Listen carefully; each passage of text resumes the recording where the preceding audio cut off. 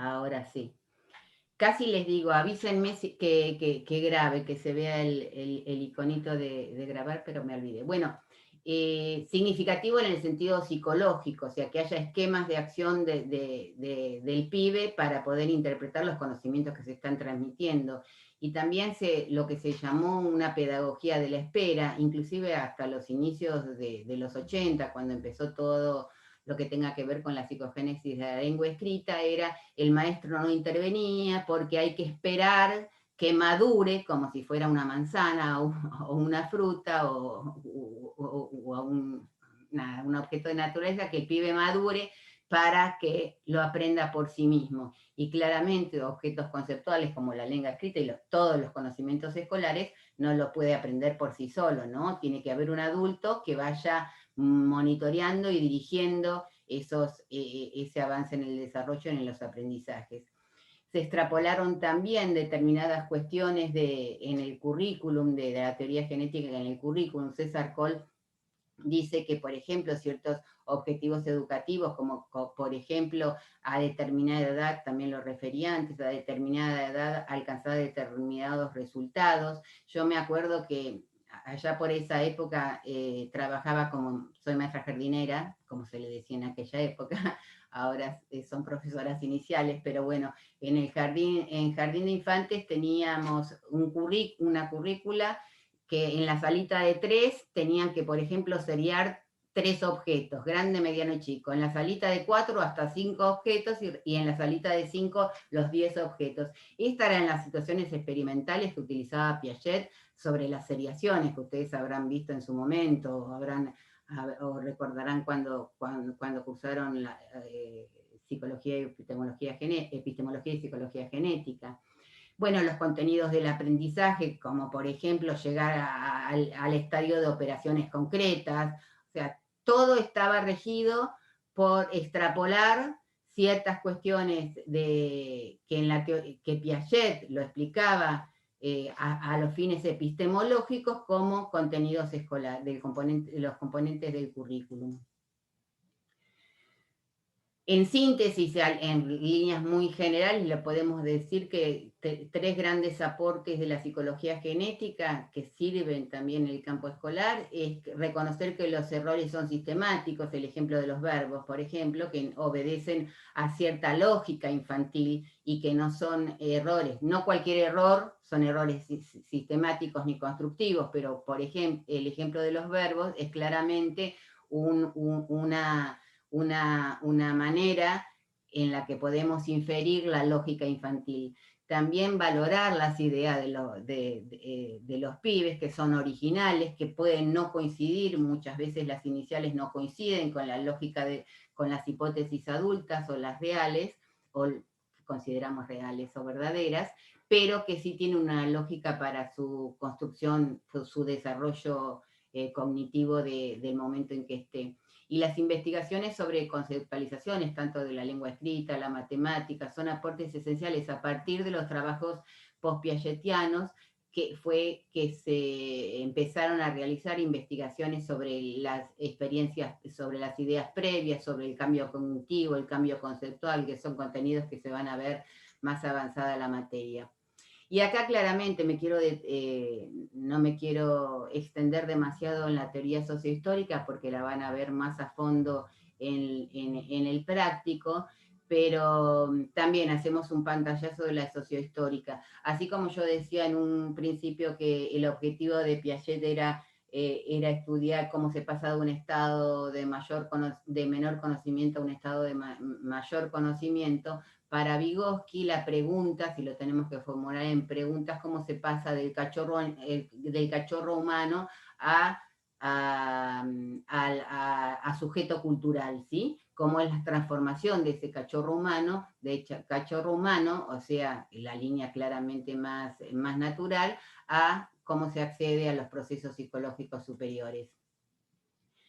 Habla de dos líneas, claramente, Vygotsky, la natural, los elementales, que hablábamos hace un momento, que son compartidas con todos los animales, y las superiores, que incluyen los rudimentarios y los avanzados. Los procesos psicológicos superiores se originan en la vida social, son específicamente humanos, se valen de instrumentos semióticos para su constitución, y para los avanzados es esencial la intervención de sujetos más expertos, y en tal caso los maestros en la escuela y maestras. Implica un control consciente, aunque después pueden ser automatizarse, implica un control ciertamente más voluntario. Y otra de los aspectos centrales de esta teoría son el valor que juegan los instrumentos, que hay instrumentos materiales e instrumentos simbólicos. Y hace una metáfora Vygotsky entre el uso de las herramientas y el avance que implicó en el hombre primitivo el uso de las herramientas, y así como el trabajo y el uso de los signos psicológicos, y que permite establecer la utilización de signos y herramientas, un avance, y permite la bifurcación entre el desarrollo psicológico natural y el psicológico cultural. Bueno, el valor de los signos, acá nuevamente vemos algo de los procesos psicológicos que son para esta teoría la unidad de análisis, así como la unidad de análisis para la estructura, para la teoría piagetiana son los esquemas de acción. Acá es la unidad de análisis, los procesos psicológicos. Vamos a avanzar un poco más. Decía recién entonces que son las unidades de análisis. Acá también hay cierta interpretación esquemática de lo que es una unidad de análisis, ¿no? Y hay confusión entre unidad de análisis, objeto, objetivo de la teoría. La unidad de análisis es lo que nos permite, es un recorte, como bien dice, vamos a leerlo para no hacer lío, es un recorte que se realiza en un cierto campo donde se quiere investigar o intervenir, y que se caracteriza porque, siendo de escala menor que todo el campo, conserva las principales propiedades y situaciones que interesa analizar en él.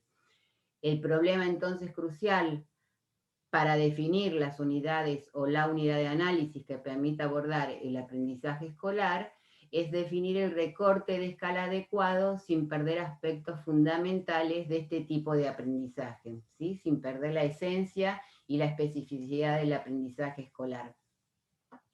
Las unidades de análisis, así como el avance de la construcción del campo de la psicología educacional fue cambiando las explicaciones y las explicaciones que se dieron al fracaso escolar, y también fueron mutando y avanzando y modificándose las unidades de análisis que se recortaban en este campo. Recordarán que Cristina Erauski en la primera reunión que tuvimos nos hablaba y nos mostraba el gallo, el gallinero, bueno, primero la cresta, el gallo, cómo se iba focalizando, y hablaba que son las unidades de análisis, dependerán de qué es lo que recortamos para entender la realidad que estamos mirando, ¿sí? Históricamente y al inicio se utilizaron en los años 60, con el auge del aplicacionismo y la teoría genética, las unidades de análisis fueron diádicas. Después mutaron cuando se empezó a ponderar el valor del saber a enseñar, comenzaron a ser unidades de análisis triádicas, y hoy por hoy son multitriádicas, o ya vamos a ver después y lo van a ver en el práctico, que pasamos desde unidades triádicas, 3 elementos, sujeto, objeto, instrumentos de mediación, que es la primera generación de las unidades de análisis dentro del campo de la teoría histórica o histórico-cultural o sociohistórica, que es la netamente vygotskiana. Después una segunda generación de unidades de análisis también dentro de las teorías contextualistas, en las que se suma, además de los 3 anteriores, las normas, las comunidades y la división de tarea. Y finalmente estamos en una tercera generación de la teoría de la actividad, que este esquemita inclusive también lo presenta Cristina en su clase, acerca de que para entender a intervenir y hacer un diagnóstico en el aula o en una escuela, es indispensable hacer un recorte de escala amplio, ya acá, vamos a volver a las de atrás, esperen que voy a ver si podemos volver. Bueno, ya no puedo volver, ya perdí, a ver, compartir pantalla.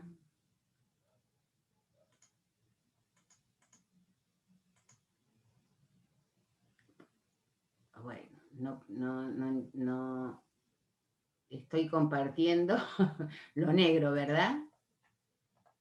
A ver, acá volvemos. Bueno, acá ya ve en pantalla, pero la ven chiquita, ¿no? Sí, ahí se ve, Silvia. Esperen que quiero ir otra vez, quería ir, para hacerlo más gráfico, quería ir acá a la trama, a esta imagen de trama, que es como también una metáfora de no puedo explicar, si quiero explicar lo que es este tejido, no puedo explicarlo simplemente a partir de sacar uno de los hilitos y explicar cómo está formado ese hilo, sino que la trama la puedo explicar exclusivamente si tomo en cuenta todo el contexto, ¿sí?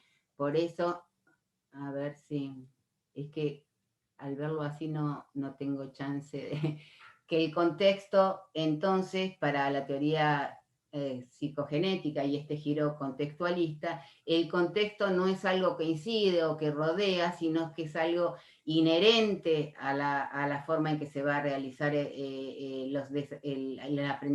aprendizaje y desarrollo. El contexto es inseparable, dice la transparencia, no es una variable externa, sino que es constituyente, ¿sí? Bueno, y finalmente quiero llegar a la última diapositiva, ahora sí, que es la consigna del presente participativo. Yo ya leí en el aula una respuesta que subieron rápidamente, de una comisión de los lunes, una respuesta que estaba buena, porque claramente esta frasecita que extraje de un texto de Castorina, que dice, los niños en la sala de clase siguen siendo los niños de Piaget, pero además de ser los niños de Piaget son alumnos.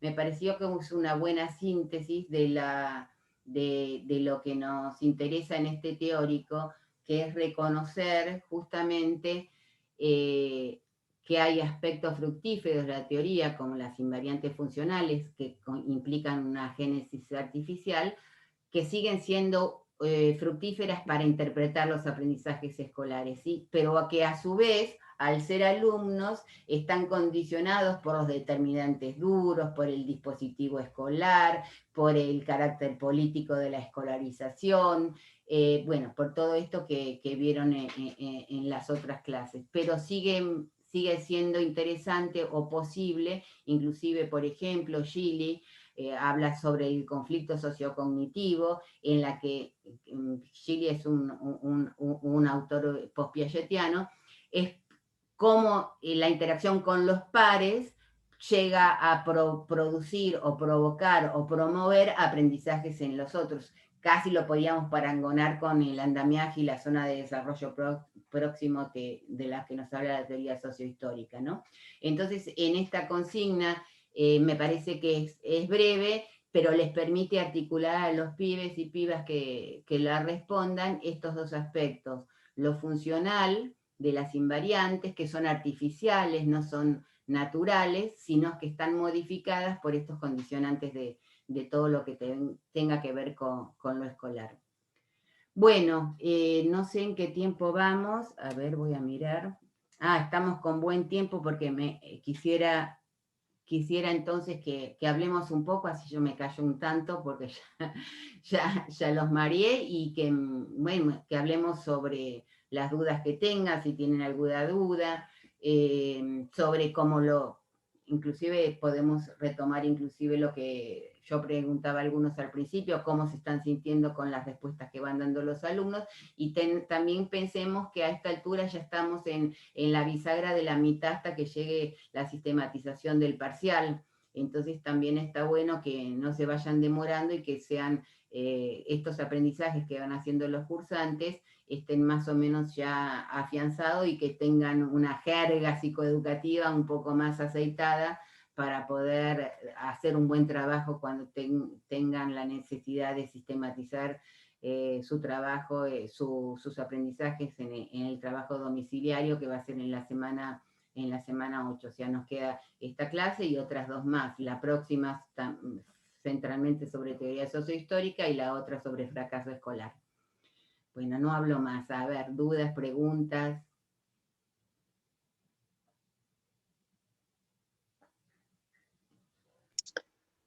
Yo tenía una duda que me anoté cuando hablaste de la seriación, en el caso de los chicos del jardín, pero es también para ver si entendí bien esta cuestión de la génesis artificial. Si no, en un momento habías dicho la génesis artificial que propone, como dice Piaget. No entendí si Piaget proponía la génesis No. artificial o era la génesis natural y después Castorina es el que retoma, Sí, ¿no? los post-piagetianos. En tanto, hablé tanto y así como que mirando la camarita y tratando de ver botones, por ahí dije alguna pavada. Así que me retrato y está bueno que Francisco me lo pregunte. No, Piaget siempre habló en realidad, los teóricos que lo cuestionaban la teoría porque se trataba de una génesis natural, casi como muy biologicista. Piaget nunca refirió a la génesis natural o la conceptualizó a posteriori como defensa de su propia teoría, ¿sí? Y empezaron los post-piagetianos a referirse a una génesis artificial a partir de los 80 con las didácticas de las matemáticas, cuando se ponderó y valorizó el contenido de esos aprendizajes escolares. O sea, Piaget nunca se ocupó de los aprendizajes escolares, ¿sí? Aunque avanzó mucho en su vida, pero habló de, bueno, después el final de su vida con Rolando García escribió sobre la teoría de las significaciones, otro tipo de estudios, y dejó de lado un poco el trabajo sobre de la psicología genética estudiando a los pibes, a sus propios hijos en el inicio y en sus primeros libros. Génesis natural es la que se desprende y se infiere de sus escritos, y génesis artificial a partir de los 80 con las didácticas de las diferentes disciplinas como la matemática, como la lengua escrita, contenidos escolares, digamos. Ok, perfecto. Y entonces, para pensar, ¿no? Este ejemplo que dabas de la seriación, ¿cómo el contexto, no sé cómo formular la pregunta, pero ¿por qué los chicos no podrían o por qué sería un error pensar que a esa edad, digamos, no necesariamente tienen que hacer eso? O sea, ¿por qué pensar como Piaget y decir, bueno, chicos, en salida de 4 ustedes tienen que poder hacer eso? Sería un error. Claro, porque yo lo ponía como ejemplo rápido, que no podemos desarrollarlo tanto, como en el currículum de preescolar, de jardín de infantes de aquella época, se imponían los resultados de la investigación piagetiana. Piaget veía que, o describía que acerca de los 3, 4 años, los chicos funcionaban a partir de, hacían seriaciones y clasificaciones de diferentes modos, y hacían las seriaciones por tanteo, por ensayo y error, y podían clasificar 3 objetos, ¿sí? De mayor a menor, por ejemplo. En el currículum de la salita de 3 años, en vez de darle 10 elementos o 5 elementos, le daban 3, porque era el máximo que podían alcanzar extrapolando el resultado que había encontrado Piaget a un límite para las enseñanzas escolares, ¿sí? ¿Entiendes? Le daban 3 objetos porque eso es lo que tenía que lograr el pibe, por tanteo también, por ensayo y error, pero era lo que tenía que lograr a los 3 años. En la salita de 4 se daban hasta 5 objetos, y no podías dar más objetos para que sería, o sea, le ponías un techo a las posibilidades del pibe.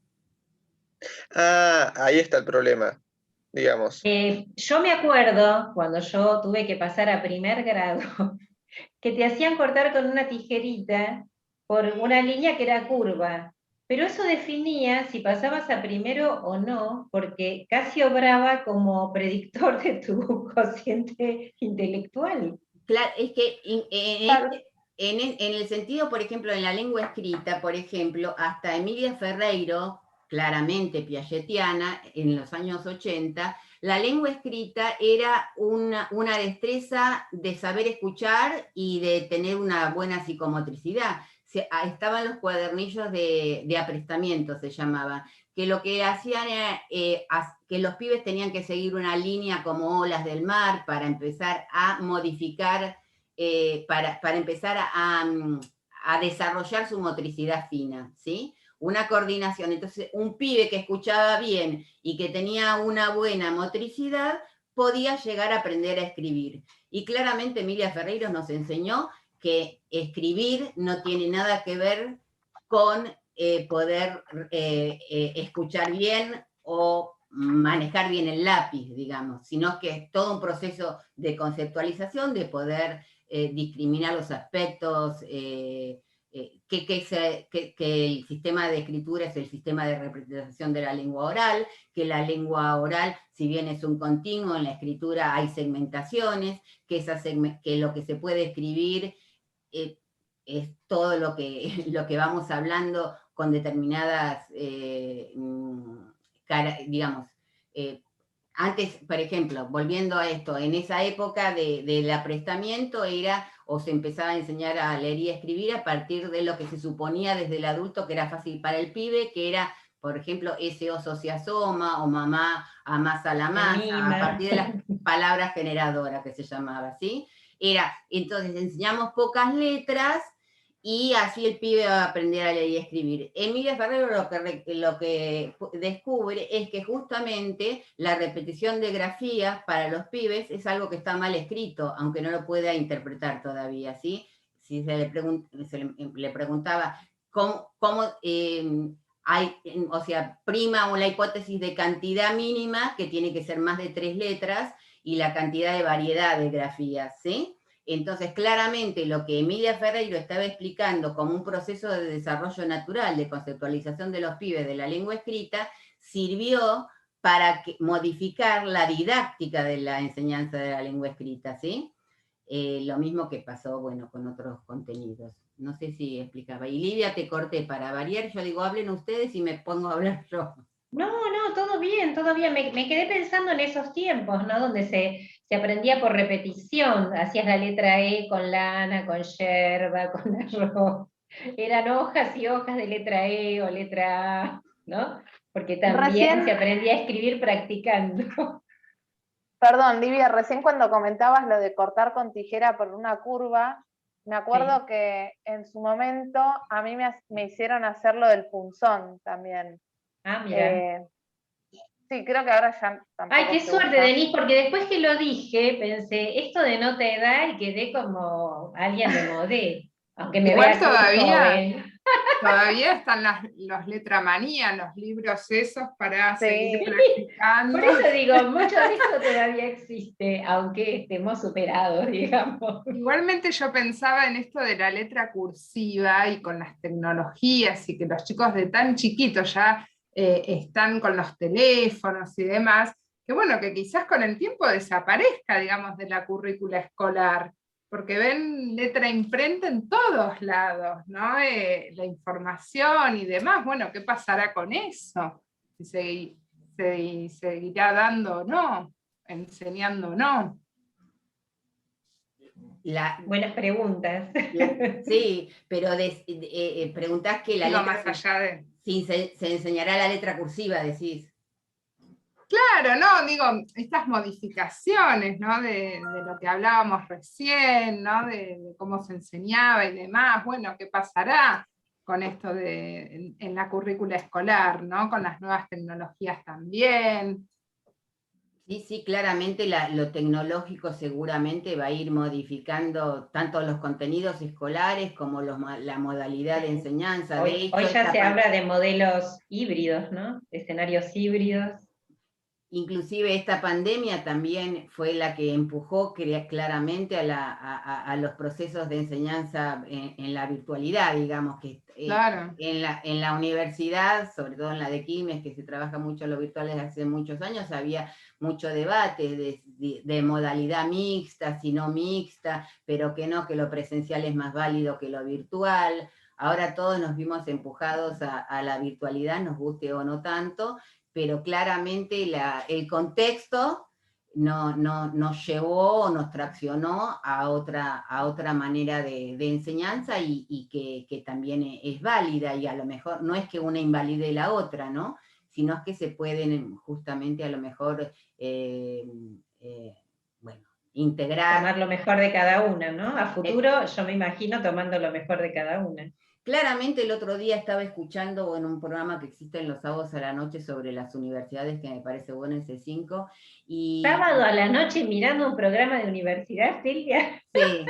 Sí, no, y hablaban... es muy bueno el programa. ¿Viste? Está bien, está bien. Y estaba era solo para cargarla. Y estaba el director del cine, Sí. Y que decía que claramente es poco probable que se vuelva a los teóricos masivos de 500 personas en un aula, uno arriba del otro, y que a lo mejor se va la modalidad virtual en esas situaciones, es claramente mucho más operativa y hasta mucho más didáctica. Porque además está pasando que los mismos estudiantes también están optando en muchos casos por modalidades virtuales. Conozco un montón de gente que está cursando ahora en la facultad y prefieren seguir cursando de manera virtual. O sea, yo creo que claramente va a haber algunos modelos que van a quedar. Sí, bueno, los teóricos no me los imagino. Claramente en estos cuatrimestres últimos, sobre todo el segundo del año pasado y vimos la matriculación, la inscripción masiva que hubo en todas las materias y en todas las facultades. Estallaron. Y en todas las carreras. En todas las carreras.